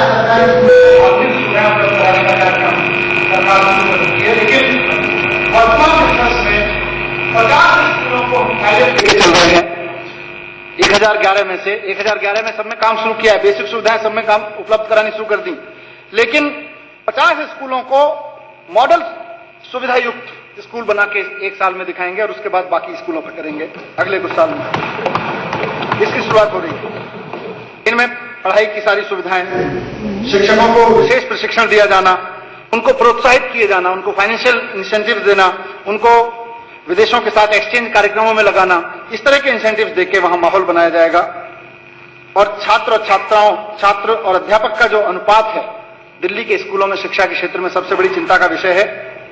अगर 80 से 100 और कहीं कहीं तो जगदीश भाई बैठे हैं, इनके यहां पे तो 150 तक का अनुपात है एक एक टीचर के पास, ये बहुत चिंता का विषय है। तो इसको कम करने के लिए सरकार 20,000 नए शिक्षकों की नियुक्ति का काम तेजी से कर रही है। एक तरफ जहां हम टीचर्स को फैसिलिटी देना, स्कूल में तमाम फैसिलिटी देना, ये सब काम कर रहे हैं, तो दूसरी तरफ पूरे के पूरे एजुकेशन सिस्टम को और टीचर्स को अकाउंटेबल बनाने की दिशा में भी काम कर रहे हैं। और इसीलिए हमने तय किया है, सरकार ने तय किया है कि दिल्ली के सारे सरकारी स्कूलों के एक एक क्लासरूम में, हर एक क्लासरूम में सीसीटीवी कैमरा लगवाए जाएंगे इस साल। इससे वहां का वातावरण भी ठीक होगा, शिक्षकों की जवाबदेही भी बढ़ेगी और साथ साथ एक अलग तरीके का वहां जवाबदेही आएगी। इसी तरह खेल गतिविधियों को प्रोत्साहित करने के लिए हमने पे एंड प्ले कार्यक्रम के अंतर्गत सरकारी खेल परिसर काफी हद तक खोले हैं, स्टेडियम्स खोले हैं, और दिल्ली के स्कूल्स के जो पार्क हैं उनको भी स्थानीय बच्चों के लिए भी खोला है, ताकि वो वहां जाके खेल सकें। वो भले ही उस स्कूल में नहीं पढ़ते हो, ऐसे स्कूलों के ऐसे बच्चे जो अपने आसपास के स्कूल में नहीं पढ़ रहे हैं लेकिन वहां उनके खेलने की जगह नहीं है, वो अपने आसपास के स्कूल में अगर कोई पार्क उपलब्ध है, खेल का मैदान उपलब्ध है, उसको भी इस्तेमाल कर सकें, उसके लिए भी बाकायदा हमने योजना बनाई है। इसके साथ साथ एक बड़ा वादा, क्योंकि स्कूलों की कमी है, टीचर्स की कमी है, फंड की कमी हमने पूरी कर दी, उसकी तरफ बढ़ रहे हैं, टीचर्स की कमी पूरी करने की तरफ। स्कूल्स की बहुत कमी है, तो हमारी सरकार वर्तमान वित्त वर्ष में 236 नए स्कूलों पर काम शुरू कर रही है। इसके तहत 83 नई इमारतें बनाई चल रही हैं, उनका काम चल रहा है। इनमें से 20 का तो निर्माण कार्य शुरू हो चुका है, 25 स्कूलों के निर्माण कार्य की योजना बन चुकी है और 38 स्कूलों के लिए जमीन चिन्हित कर ली गई है। पिछले 4 महीने के दौरान इतना काम हुआ है। इन 83 इमारतों में दोहरी पारियों में 166 स्कूल चलाए जाएंगे, इस तरह की योजना है। साथ ही 70 ऐसे स्कूल चिन्हित किए गए हैं जो अभी एक ही पाली में चल रहे हैं, लेकिन वहां पे जरूरत है, छात्रों की संख्या बहुत ज्यादा है, तो उनको डबल शिफ्ट करते हुए वहां स्कूलों की संख्या बढ़ाई जाए, ताकि बच्चों को जो सुविधाएं हैं वो मिल सकें और कम क्लासरूम में बच्चों की जो प्रेशर है वो कम हो सके। इसके साथ साथ प्राइवेट स्कूल्स दिल्ली में शिक्षा में काफी योगदान दे रहे हैं। बहुत सारे प्राइवेट स्कूल्स ने बहुत अच्छा योगदान दिया है, लेकिन कुछ स्कूल इस तरह से एक्ट करते हैं, लोगों की शिकायत है, बहुत शिकायत आई है कि कुछ स्कूल तो एकदम एजुकेशन माफिया की तरह से चलते हैं, कुछ कॉलेज एजुकेशन माफिया की तरह से चलते हैं। तो जो प्राइवेट स्कूल या कॉलेज ट्रांसपेरेंसी के साथ काम नहीं कर रहे, मनमाने तरीके से चल रहे हैं, जनता को एक तरह से लूटने का काम कर रहे हैं, उनके खिलाफ एक्शन लेने के लिए एक संशोधन हम दिल्ली स्कूली शिक्षा अधिनियम में लेके आ रहे हैं और इसके तहत दाखिले के लिए और फीस निर्धारण की प्रक्रिया को पारदर्शी बनाने का और अकाउंटेबल बनाने का काम किया जाएगा। लेकिन ये तो स्कूल शिक्षा की बात है अध्यक्ष महोदय, इसके साथ साथ इसके आगे क्या? हमने कहा स्किल ओरिएंटेड करेंगे, क्लास 9 से स्किल का जोड़ेंगे। बुनियादी शिक्षा के साथ साथ सरकार स्कूल स्तर से ही स्किल डेवलपमेंट को आगे लेगी और 10+2 पास करने वाले हर बच्चे के हाथ में हमारी योजना है कि 2 सर्टिफिकेट्स होने चाहिए, एक उसके एजुकेशन का और दूसरा उसके स्किल का। वो जब बच्चा +2 पास करके निकलेगा तो उसके हाथ में 2 सर्टिफिकेट लेके निकलेगा, 2 योग्यताएं लेके निकलेगा। वो चाहे तो अपनी पढ़ाई आगे चला सकता है एजुकेशन के सर्टिफिकेट के बेस पे, वो चाहे तो अपनी जिंदगी में रोजगार या नौकरी या इस तरह की तरफ लेके जा सकता है अपने स्किल के सर्टिफिकेट जो उसने लर्न किया उसके बेस पे। स्किल में दक्षता की मांग उद्योग, व्यापार, सेवा क्षेत्र चारों तरफ से बढ़ रही है। इसलिए हम स्किल डेवलपमेंट के नए नए पाठ्यक्रम प्रपोज कर रहे हैं, शुरू करवा रहे हैं और सर्टिफिकेट के साथ साथ अभी सर्टिफिकेट कोर्स थे, डिप्लोमा कोर्सेज, डिग्री के लेवल पाठ्यक्रम भी शुरू कर रहे हैं और इसके साथ साथ एक स्किल यूनिवर्सिटी बनाने का प्रस्ताव भी मैं सदन के समक्ष रख रहा हूं, क्योंकि अभी तक काफी बटा हुआ है। टूरिज्म डिपार्टमेंट किसी स्किल का कोर्स कराता है, इंडस्ट्री डिपार्टमेंट किसी स्किल का कोर्स कराता है, हमारा education department, higher education department, technical education department कुछ कोर्स कराते हैं, स्कूल एजुकेशन कुछ स्किल लेके चल रहा है। इस सबको इंटीग्रेटेड करते हुए एक स्किल यूनिवर्सिटी बनाई जाएगी और स्किल यूनिवर्सिटी के माध्यम से दिल्ली को एक बड़ा, जिसको मैं कहता हूं नॉलेज हब, स्किल एजुकेशन का एक हब बनाया जाएगा। इसके लिए काम हो रहा है।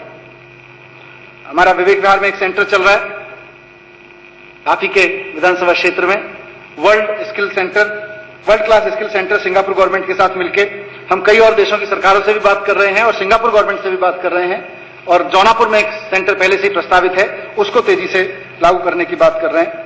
3 ITI और खोलने और 5 नए पॉलिटेक्निक और खोलने का प्रस्ताव हम आपके समक्ष रख रहे हैं। इसके साथ साथ प्रत्येक सरकारी पॉलिटेक्निक में डिप्लोमा कोर्स शुरू करते हुए, व्यावसायिक शिक्षा में डिप्लोमा कोर्स शुरू करते हुए प्रत्येक में 100 सीटें बढ़ाने का प्रस्ताव है। इसके लिए SITI से मंजूरी पहले ली जा चुकी है और यहां पर ग्रेजुएट लेवल के कोर्स भी हम लोग शुरू करना चाह रहे हैं। तो एक तरह से जब हम स्किल की एजुकेशन देंगे तो उसके साथ साथ उसकी फर्दर लर्निंग का जो स्कोप है, क्योंकि स्किल एजुकेशन की तरफ बच्चे तब तक नहीं मुड़ेंगे जब तक फर्दर लर्निंग का उनके पास स्कोप बंद हो जाएंगे, तो उसका भी हम रास्ते खोल रहे हैं। कौशल विकास, स्किल डेवलपमेंट प्रोग्राम्स और शिक्षा, व्यावसायिक शिक्षा बढ़ावा देने के लिए 310 करोड़ रुपए का इसमें प्रस्ताव है, जो कि इस शिक्षा के बजट में शामिल है। सूरजमल विहार में IP यूनिवर्सिटी, GGSIP यूनिवर्सिटी के दूसरे परिसर का काम 271 करोड़ रुपए की परियोजना के साथ चल रहा है। दीनदयाल उपाध्याय कॉलेज परिसर का निर्माण चालू वित्त वर्ष में पूरा हो जाएगा। शहीद Sukhdev college of business studies का निर्माण 2016 तक पूरा हो जाएगा। हायर एजुकेशन तक पहुंचने के लिए पूरा जो हायर एजुकेशन का अभियान है, राष्ट्रीय उच्चतर शिक्षा अभियान, उसको कार्यक्रम को लागू करेंगे। अनुसंधान और विकास को बढ़ावा देने के लिए कॉलेजेस में जो टेक्निकल इंस्टीट्यूट्स हैं उनमें, और कल हमने यूनिवर्सिटी NSUIT के समय भी कहा, इंक्यूबेशन सेंटर्स बनाएंगे ताकि नई सोच को जगह मिल सके। फोर्ब्स मैगजीन का एक एग्जाम्पल मैंने कहीं पढ़ा था, उसमें बड़ा अच्छा इंक्यूबेशन के लिए, और इन सब IT के समय भी कहा, इंक्यूबेशन सेंटर्स बनाएंगे ताकि नई सोच को जगह मिल सके। फोर्ब्स मैगजीन का एक एग्जाम्पल मैंने कहीं पढ़ा था, उसमें बड़ा अच्छा इंक्यूबेशन के लिए और इन सब के लिए कि नई सोच को जगह देने के लिए कि हम शिक्षा से ही नई सोच को कैसे जगह दें और इंडस्ट्री में कैसे जगह दें, उसका उदाहरण बहुत महत्वपूर्ण है। फोर्ब्स मैगजीन में 2001 या 2 में एक आर्टिकल था, उसमें लिखा हुआ था कि आज से 25 साल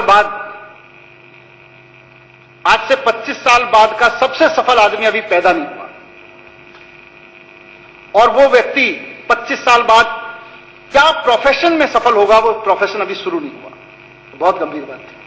25 साल बाद का सबसे सफल आदमी अभी पैदा नहीं हुआ, और वो जो करके सफल होगा वो काम अभी शुरू नहीं हुआ, वो सब शुरू होना है।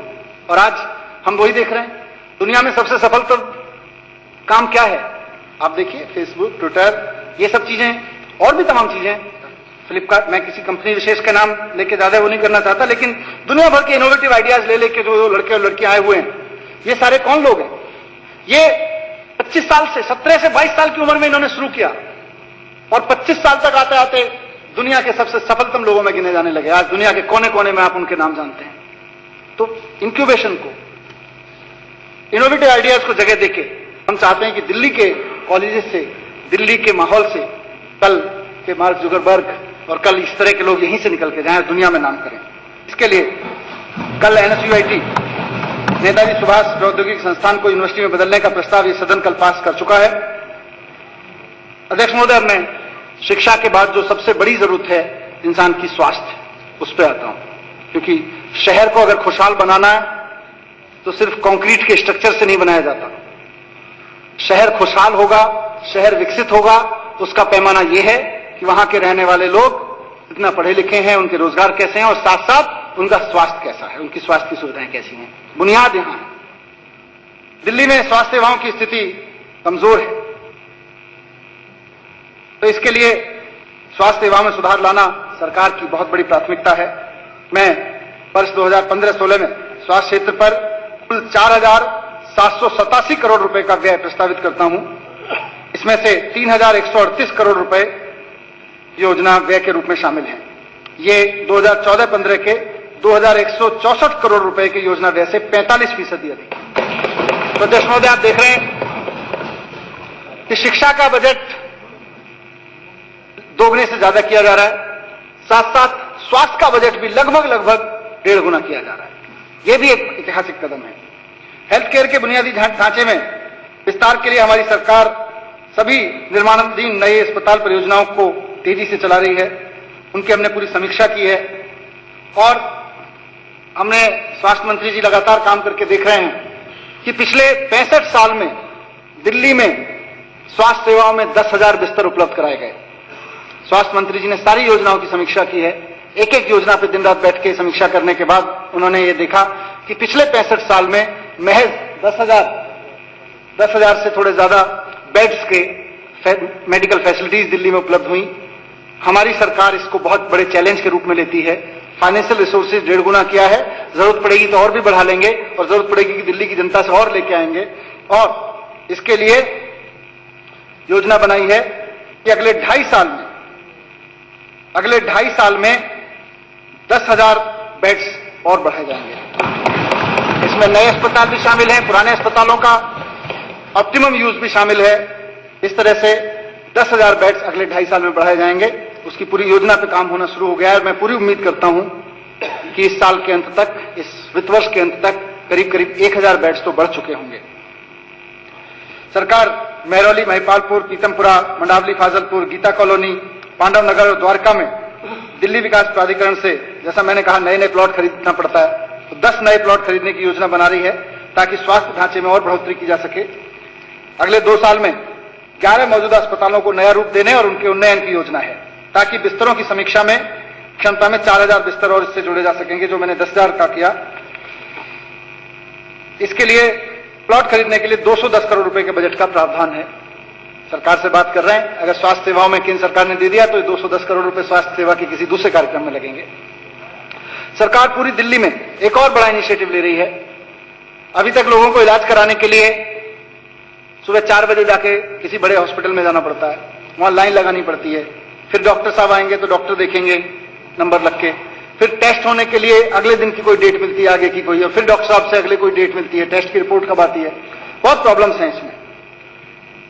और जो PHCs हैं वहां उनका नेटवर्क नहीं है आपस में। छोटी छोटी सुविधाएं पीएचसीज में हैं, एग्जिस्टिंग पीएचसीज में।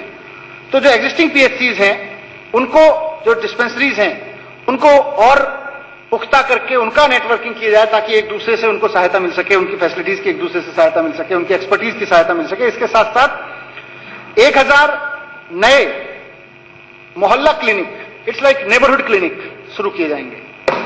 नेबरहुड क्लिनिक लोगों की एक बहुत बड़ी जरूरत है। अभी तक लोग पीएचसी में जाने से पहले किसी ना किसी नेबरहुड के क्लिनिक में जाते रहे, और वो नेबरहुड क्लिनिक जो है, वो मोहल्ला क्लिनिक जो है, कई बार तो अच्छे डॉक्टर मिलते हैं, कई बार वहां पे झोला छाप मिल जाते हैं, कई बार कैसे लूट हो जाती है पता नहीं।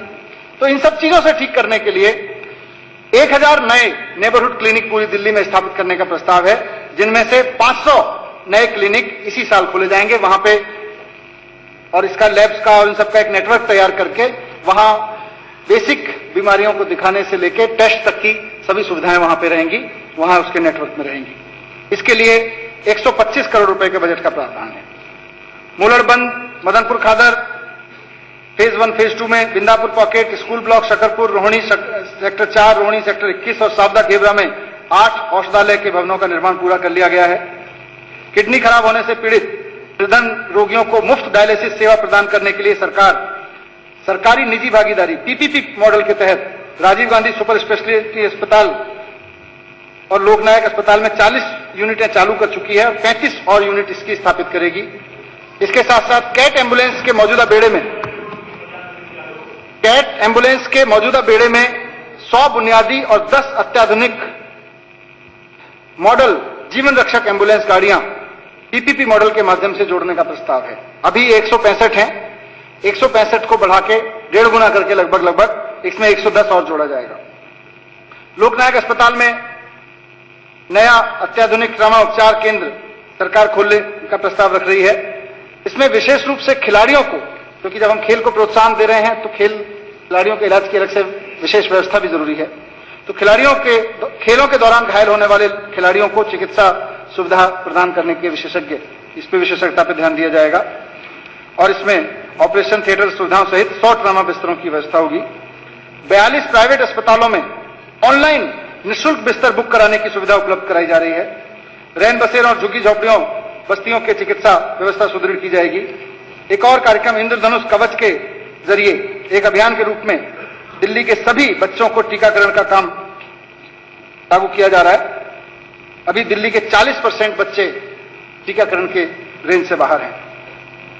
दिल्ली सरकार के विभिन्न अस्पतालों में पंजीकरण और उपचार हेतु आम जनता के लिए व्यक्तिगत हेल्थ कार्ड जारी करने की योजना शुरू की जा रही है। इससे हर एक मरीज का स्वास्थ्य संबंधी रिकॉर्ड उसके डिजिटल रिकॉर्ड में उसके पास में रहेगा।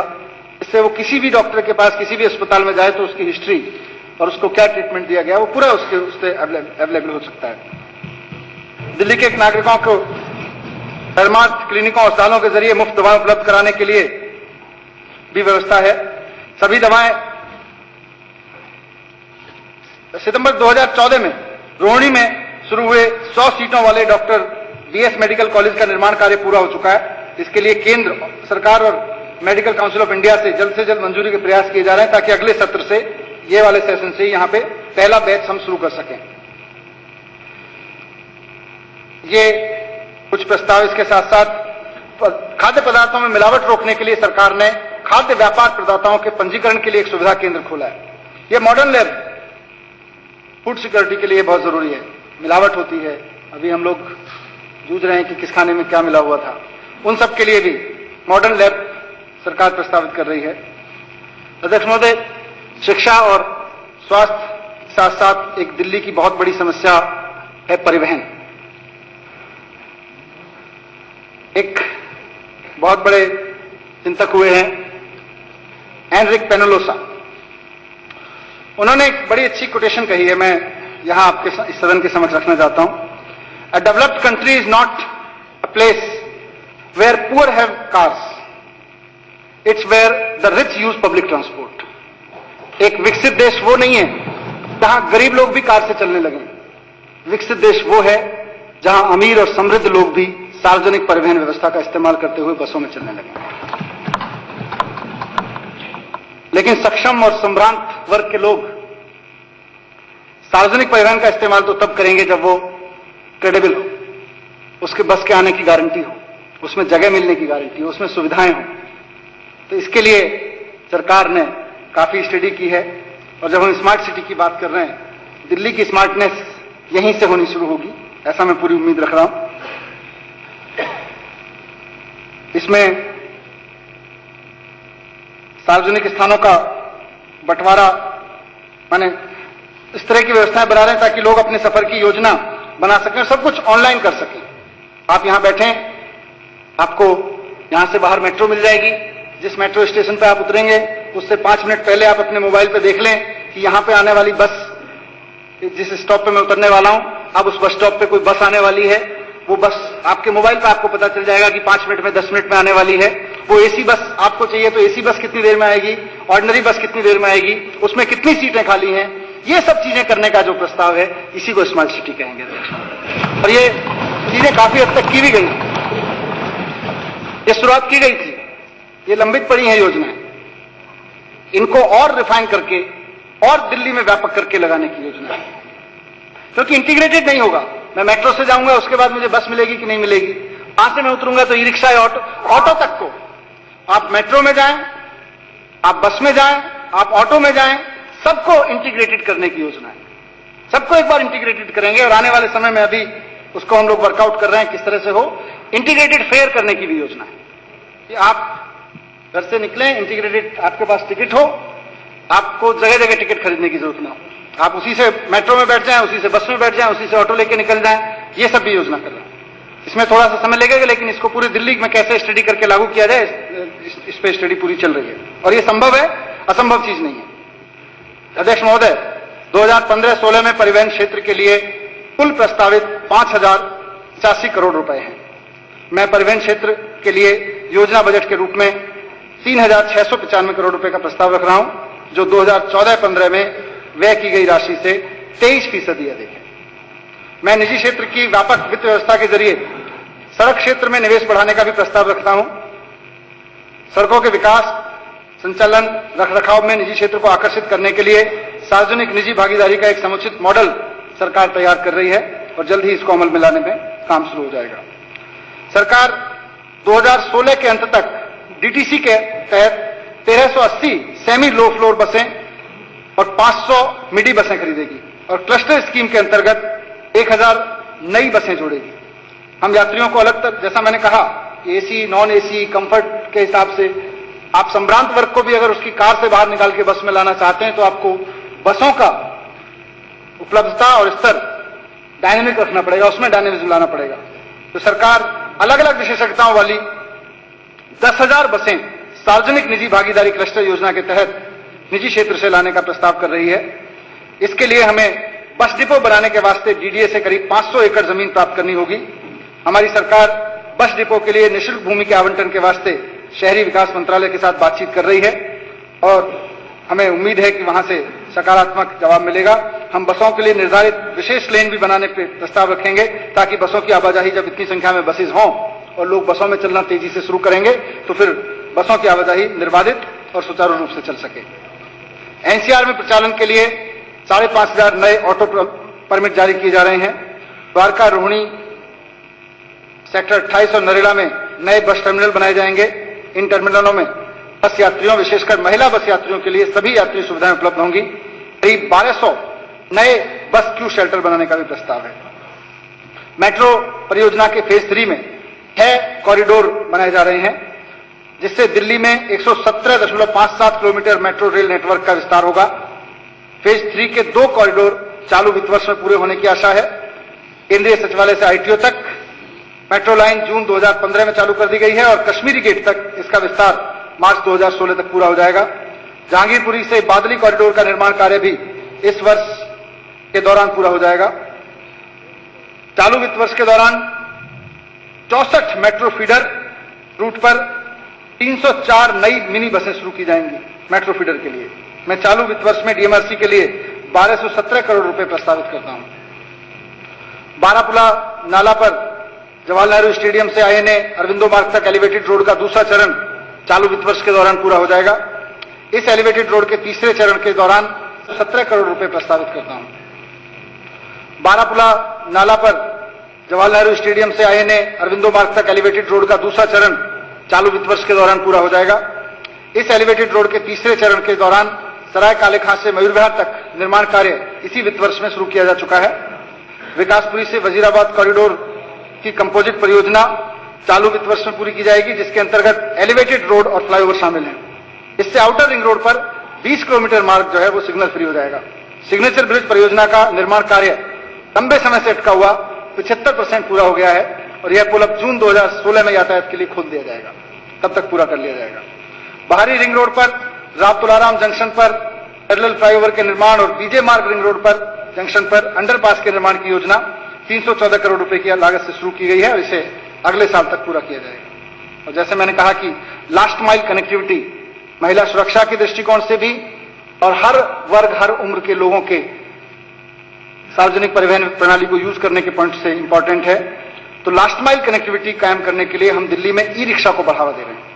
ई रिक्शा के लिए ई रिक्शा चालकों की ट्रेनिंग के लिए विशेष शिविर आयोजित किए जा रहे हैं और इन शिविरों में करीब 24,000 ड्राइवरों को पंजीकृत कर लिया गया है। ई रिक्शा के पंजीकरण की प्रक्रिया सरल बनाई गई है। ये वाहन पर्यावरण के भी अनुकूल है।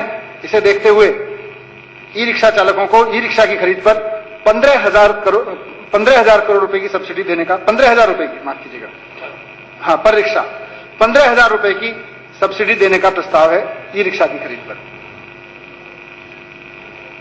अध्यक्ष महोदय, सार्वजनिक परिवहन को एकीकृत करने और उसके बारे में इंफॉर्मेशन गैदर करने की आवश्यकता है। जैसा मैंने पहले कहा कि यात्री सूचना प्रणाली काफी हद तक इंटीग्रेटेड बना के उसको उपलब्ध कराया जाएगा। अब मैं दिल्ली के एक और पहलू पर आता हूं जिसकी अपेक्षा हमारी सरकार से भी बहुत है लोगों को और साथ साथ दिल्ली की बहुत बड़ी जरूरत है, वो है महिला सुरक्षा, महिला सशक्तिकरण और महिला सुरक्षा। ये दोनों ऐसे मुद्दे हैं, ये ऐसा मुद्दा है जिससे दिल्ली की सिर्फ आधी नहीं, दिल्ली की सारी जनता प्रभावित होती है। महिला सुरक्षा हमारी सरकार की कार्यसूची में सबसे टॉप लिस्ट में शामिल है। हम दिल्ली में महिलाओं की सुरक्षा के लिए जो भी जरूरत है वो करने के लिए प्रयास कर रहे हैं। इसलिए जरूरी है कि दिल्ली में बस यात्री, विशेषकर महिला यात्री यात्रा के दौरान सुरक्षित महसूस करें। हम सभी डीटीसी बसेज में और क्लस्टर बसेज में सीसीटीवी कैमरा लगवाने का प्रस्ताव रखते हैं। डीटीसी की 200 बसों में सीसीटीवी कैमरा लगाने का काम शुरू किया जा चुका है। दिल्ली सरकार ने डीटीसी और सभी क्लस्टर बसों में मार्शल तैनात करने का भी फैसला लिया है ताकि अपराध समाप्त हो और महिला यात्री सुरक्षित और संरक्षित महसूस करके यात्रा कर सकें। ये मार्शल होमगार्ड और सिविल डिफेंस से लिए जा रहे हैं। ये अप्रिय घटनाओं को रोकने, विशेषकर बसेज में, सार्वजनिक परिवहन बसों में महिलाओं के प्रति हिंसा रोकने के लिए इनको अलग से ट्रेनिंग दी जा रही है। दिल्ली सरकार ने टैक्सियों और ऑटो सहित सभी सार्वजनिक वाहनों में जीपीएस लगाना अनिवार्य कर दिया है ताकि वाहन की स्थिति का पता लगाया जा सके और उसको, जैसा मैंने कहा, इंटीग्रेटेड रूप से भी चलाया जा सके। इस कार्य के लिए हम चालू वर्ष में योजना निधि के तहत 160 करोड़ रुपए का प्रस्ताव रख रहे हैं। सभी यात्री सेवा वाहनों के चालकों और संवाहकों के लिए अनिवार्य किया गया है कि वो अपने वाहन के वार्षिक सड़क उपयुक्तता निरीक्षण के नवीकरण के समय महिलाओं से संबंधित मुद्दों के बारे में कार्यक्रमों में हिस्सा लें। उनको स्पेशल ट्रेनिंग विमेन सिक्योरिटी के पॉइंट ऑफ व्यू से दी जा रही है। शहर में एक और काम सरकार कर रही है। दिल्ली में कामकाजी महिलाओं के लिए हॉस्टल सुविधाओं की भारी कमी है, तो निजी क्षेत्र की सक्रिय भागीदारी के साथ सरकार 6 कामकाजी महिला हॉस्टल बनाने का प्रस्ताव आपके सम्मुख रख रही है। अध्यक्ष जी, एक और योजना जो शिक्षा में हमने लागू की है, लेकिन यहां महिला के संदर्भ में इसका जिक्र करना बहुत जरूरी है, वो है शिक्षा गारंटी योजना। ये दिल्ली सरकार की एक बहुत बड़ी योजना है, उसका जिक्र मैं शिक्षा के उसमें भी करना भूल गया। ये नई शिक्षा ऋण गारंटी योजना है। इसके तहत 10 लाख रुपए तक का लोन हायर एजुकेशन के लिए दिया जाएगा। और जब मैं हायर एजुकेशन बात कर रहा हूं तो उसमें पहली बार ये देश में लागू हो रही है। अभी तक किसी भी बच्चे को अगर हायर एजुकेशन लेना है तो उसको अपने परिवार की संपत्ति या जो भी उसके पास है उसकी गारंटी लेके अगर कुछ है तो लोन मिलता था, नहीं तो लोन नहीं मिलता था। पहली बार दिल्ली सरकार ने ये लोन शुरू किया है, योजना शुरू की है कि दिल्ली का कोई भी बच्चा अब पैसे की कमी की वजह से हायर एजुकेशन से वंचित नहीं रहेगा। हर एक बच्चा, उसको 10 लाख रुपए तक के लोन की गारंटी सरकार देगी और इस लोन में उसके किताबों का, कंप्यूटर का, वो खर्चे भी शामिल हैं। ये सिर्फ स्कूल कॉलेज की फीस का नहीं है। और इसमें पहली बार हमने ITI और पॉलिटेक्निक संस्थानों को भी शामिल किया है कि क्योंकि गरीब बच्चे वहां जाते हैं पढ़ने, उनके लिए 40-50 हजार की फीस भी अगर होती है तो बहुत ज्यादा होती है, वो बच्चे जिस बैकग्राउंड से आते हैं। तो अगर वो लोन लेना चाहें और अपनी पढ़ाई के लिए कुछ टूल्स लेना चाहें, तो वहां भी किताबें लेना चाहें तो वहां उनको भी लोन मिलेगा। ITI और पॉलिटेक्निक तक में हायर एजुकेशन, उस एजुकेशन के लिए लोन मिलेगा। ये एक बहुत महत्वाकांक्षी योजना दिल्ली के एजुकेशन सिस्टम में बहुत बड़ा रिफॉर्म के तहत शुरू की है। इससे दिल्ली के हर बच्चे को जो हायर एजुकेशन का सपना देखता है मदद मिलेगी। लेकिन महिलाओं के संदर्भ में अगर मैं कहूं तो महिलाओं के लिए एक विशेष बात इस योजना में यह है कि महिलाओं को, लड़कियों को इसमें जो रेट ऑफ इंटरेस्ट है वो 1% कम रहेगा, सामान्य से 1% कम ब्याज पे मिलेगा। सरकार स्लम और झुग्गी झोंपड़ी के बस्तियों में क्रेच सुविधाएं प्रदान करने के लिए और सघन योजना बना रही है। इसके लिए समेकित बाल विकास कार्यक्रम के अंतर्गत 300 नए क्रेच शुरू करने का प्रस्ताव है। 300 क्रेच शुरू करने का प्रस्ताव है। सरकार द्वारा संचालित ग्राम संस्थानों में रह रहे करीब 1200 बच्चों को स्किल डेवलपमेंट और रोजगार के लिए उनको कुछ प्रशिक्षण दिया जाएगा, व्यावसायिक प्रशिक्षण दिया जाएगा। हमारी सरकार महिलाओं और बच्चों के कल्याण के प्रति ठोस कदम उठा रही है। माताओं को सामुदायिक सहायता और स्वास्थ्य शिक्षा प्रदान करने और 6 वर्ष तक की आयु के छोटे बच्चों को पूरक पोषाहार और स्कूल पूर्व शिक्षा प्रदान करने के लिए जो प्रयास हो रहे हैं, उसमें आंगनवाड़ी केंद्रों को अधिक खुले। अभी तक आंगनवाड़ी केंद्र जो है वो किसी गली में, किसी के घर में, एक छोटे से 2 कमरे का घर, मैंने तो देखे स्वयं जाके इंस्पेक्शन भी किया है, 2 कमरों का घर किसी व्यक्ति का, गरीब का, वो थोड़े से पैसों के लिए आधे दिन के लिए उसको किराए पे दे देता है, अपने ड्राइंग रूम को किराए पे दे देता है, वहां पे आंगनवाड़ी चल रहा है। बड़ी अजीब अजीब स्थितियों में चल रहे हैं, कुछ अच्छे भी चल रहे हैं, लेकिन अधिकतर आंगनवाड़ी बड़ी अजीब अजीब स्थितियों में चल रहे हैं। तो उन आंगनवाड़ियों को अधिक खुले स्थानों पर स्थानांतरित करने के लिए उनके रेंट की क्षमता बढ़ाई जा रही है ताकि ज्यादा पैसे पे रेंट पे लिया जा सके, ताकि बेहतर सुविधा मिल सके। और जो आंगनवाड़ी वर्कर हैं उनके मानदेय में भी बढ़ोतरी करने का सरकार प्रस्ताव रख रही है। सामाजिक सुरक्षा और कल्याण योजनाओं के तहत करीब 5 लाख व्यक्तियों को वित्तीय सहायता प्रदान करने के लिए मैं वर्ष 2015-16 के बजट में 927 करोड़ रुपए का प्रस्ताव रखता हूं। इसके अंतर्गत पारदर्शी और सक्षम क्रियान्वयन के तहत काम करते हुए वृद्धावस्था पेंशन, भिन्न दृष्टि से सक्षम व्यक्तियों के लिए वित्तीय सहायता और पीड़ित महिलाओं के लिए वित्तीय सहायता के कार्यक्रम शामिल हैं। 5 लाख व्यक्तियों के लिए 927 करोड़ रुपए का इसमें प्रस्ताव है। नए वृद्धाश्रम बनाने के लिए विभिन्न स्थानों पर भूमि अधिग्रहित की गई है। पहले चरण में चालू वित्त वर्ष के दौरान कांतीनगर, चित्तरंजन पार्क, रोहिणी, पश्चिम विहार और छतरपुर में नए वृद्धाश्रम का निर्माण कार्य शुरू करने का प्रस्ताव है। पैसा बता दिया। सीमांत और उपेक्षित समूहों के कल्याण के अंतर्गत कॉलेज जाने वाले नेत्रहीन छात्रों के लिए छात्रावास का निर्माण किंग्सवे कैंप में और कॉलेज जाने वाले नेत्रहीन छात्राओं के लिए तिमारपुर में किया जाएगा। मानसिक दृष्टि से बाधित व्यक्तियों के लिए नरेला में एक समेकित परिसर के निर्माण की बड़ी परियोजना का प्रस्ताव मैं सदन के समक्ष रख रहा हूं। दिल्ली के एक और सोशल वेलफेयर स्कीम दिल्ली सरकार ने लागू की कि दिल्ली में बहुत सारे दिल्ली पुलिस के सिपाही अपना फर्ज अदा करते हुए, ड्यूटी निभाते हुए शहीद हुए और उनको बाद में उनके परिवार को कोई पूछताछ नहीं होती थी, उनकी कोई पूछ नहीं होती थी।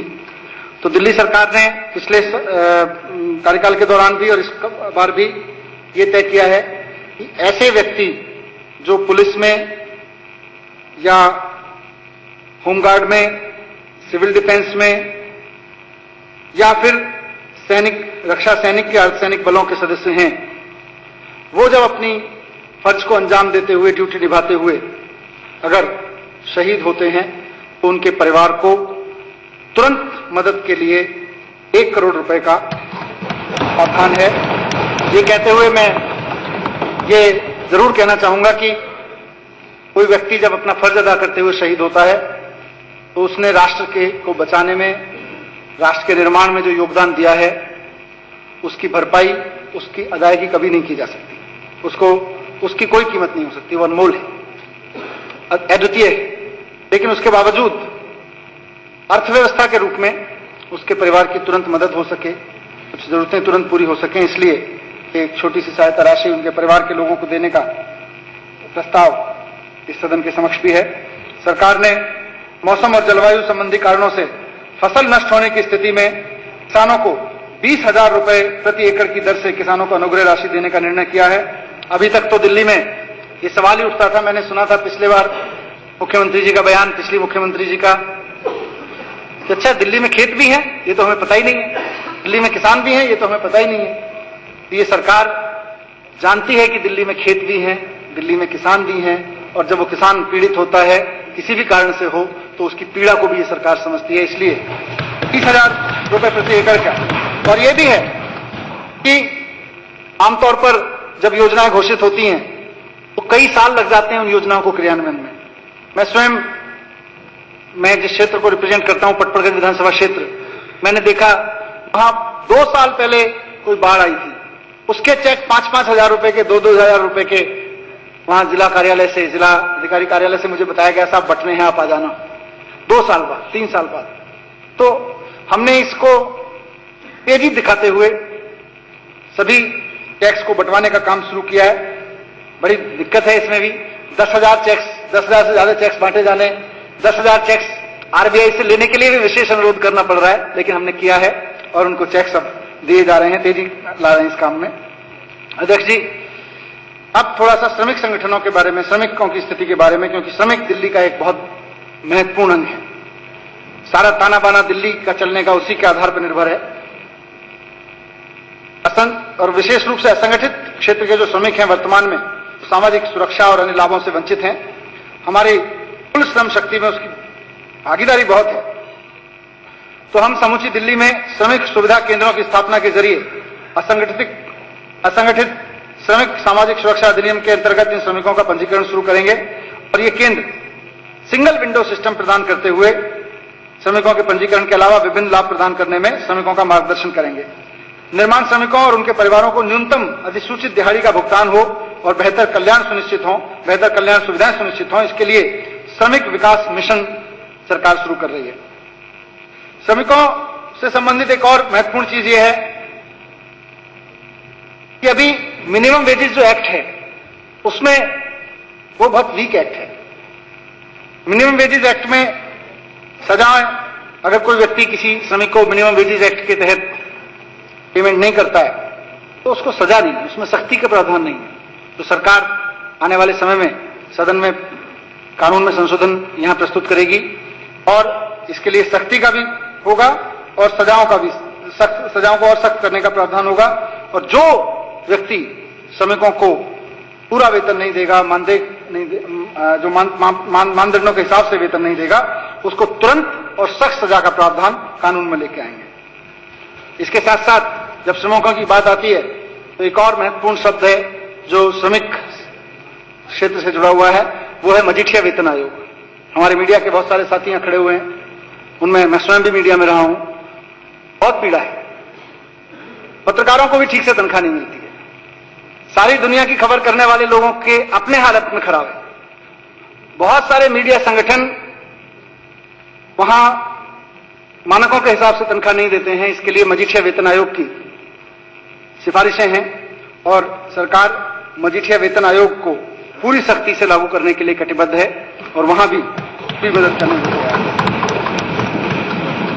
एक और कल्याण योजना है, साथ साथ गरीबों के लिए एक बड़ी लाभार्थी योजना रही है, खाद्य आपूर्ति सुरक्षा योजना, खाद्य सुरक्षा अधिनियम के तहत। इसमें 65 लाख लाभार्थी जिससे लाभ प्राप्त कर रहे हैं। अध्यक्ष महोदय, हमने एक सफल प्रयोग किया, उसमें चोरी बहुत होती है। राशन की चोरी दिल्ली का एक बहुत बड़ा देन है।